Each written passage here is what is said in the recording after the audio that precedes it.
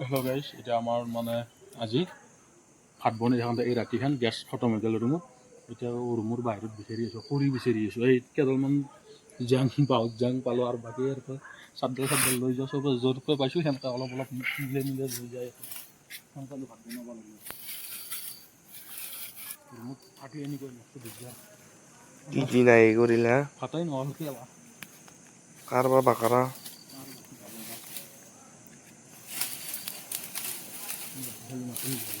আজি তুমি ইলেকশ্যনৰ ৰিজাল্টো দিলাম পায়। এতিয়াতো সৰিয়হ পোৱা হৈ আছে এনেকৈ বাকাৰা সৰিয়হ নাপোৱা হ'ব আৰু 5 বছৰ পাব লাগে।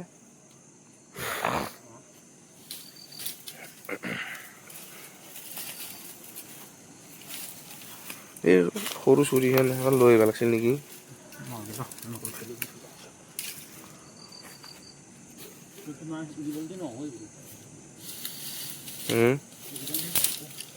এই এটা আজি স্কিপ কৰিব লাগিব আৰু এইটো ঘুগুনিখিনি বনাব সোধে। কেইডালমান এই জাং লৈছোঁ আজি ৰাতিটো চলিব পাৰিলি হ'ল। কাৰণ কালি গেলি গেছ আনিব লাগে। মালিক ফোন কৰিছিলোঁ, মালিক হাতত আছে খৰি, কিন্তু গোটেই বৰষুণ ভিজি আছে।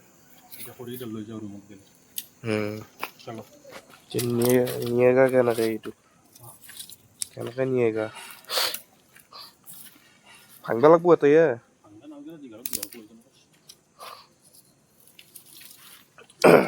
যাবটা লাগব।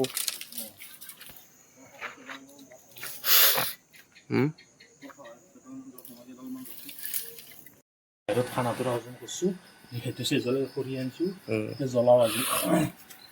উপায় নাই, হেৰিত থাকিলে সেনেকৈ হ'ব। হোষ্টেলত থাকিবলৈ ভাড়া ঘৰত থাকিলে গেছে জ্বলে ৰাতি। চিগনেল নাথাকে শেষ হৈ গ'ল এনেকুৱা বাঘৰ হ'ব। বস্তিৰ পৰা বিচাৰি আনিলোঁ।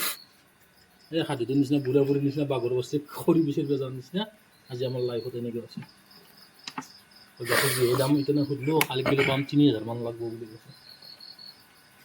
3000 গেছে খাওঁ নে খৰিকে খাওঁ তাকে ভাবি আছোঁ এতিয়া। চেলাৰীও হোৱা নাই, 7 তাৰিখে হ'ব ন?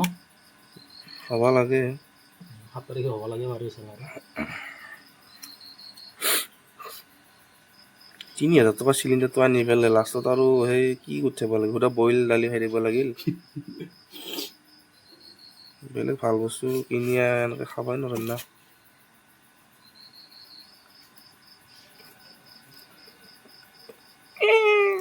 চলিগা জলবোৰো আৰু পিছত যা কবি কি নকম হ'ব আমাৰ বেগাই চাম দে আৰু আজি ৰাতি উৰিকে ৰাতি হ'ব আজি।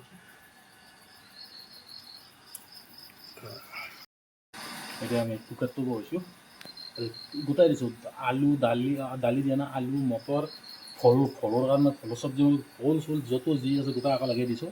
ঘুগনি আৰু ভোলৰ চব্জি বনাম বুলি ভাবিছিলোঁ সোমবাৰ আজি, সেইকাৰণে গোটাই একেলগে জাপি দিছোঁ। এতিয়া উপায় নাই, যিহেতু গেছ চেছ আপোনাৰ বাছ জুই উঠছি হৈ যাব আজি। ককটেল হৈ গ'ল, ককটেল হৈ যাব আজি, খিচিৰি মটন লেব্ৰা চাউলটোতে ধুই আনিলি হৈ যাব। এই জুইকে উঠছি ন মজা জুই। বহিৰে পুব লগা জুই দেই, মই পুৰি দিওঁ।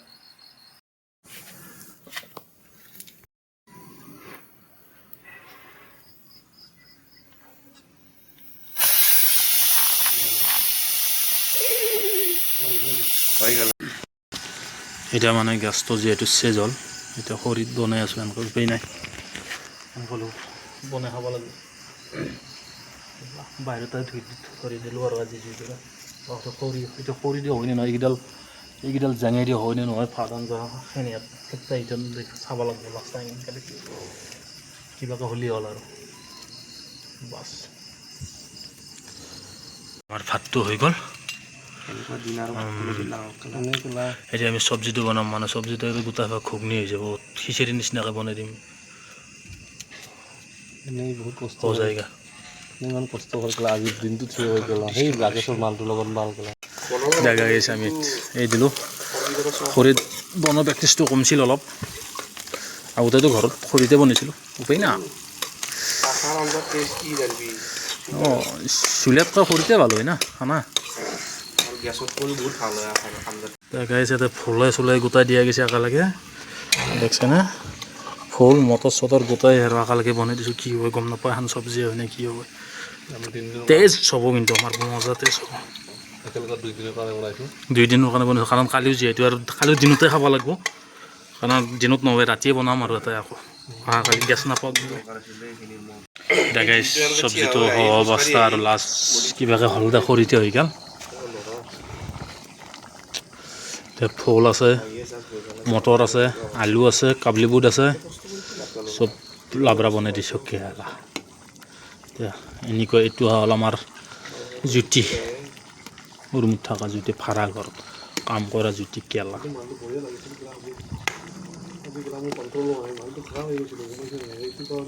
আৰু ভাত আঞ্জা হ'ল মানে আজি বাহিৰত বনাব লগা হ'ল হেৰি চেৰি আপোনাৰ গেছ চেছ খতম এতিয়া বাহিৰত বনাই আছে এনেকৈ বনাই আছে মানে কি তাৰ ওলাই দিছে কালি মৰ্ণিং যাবও লাগিব আকৌ ডিউটি আছে 8টাত এৰা এইটো আৰু কাম কৰা আনছে ডিউটি কৰা আনছে কি এক মাহৰ কাৰণে ওলাই দিছে ঘৰত থাকিলে ভাল হ'ল হয় তাতকৈ এইটো কাৰণে এতিয়া গাজিছ বাহিৰত খৰিত বনাই কেনে জুইত বনাই আনিলোঁ ভাত এই চব্জিটো আমি খাই আছোঁ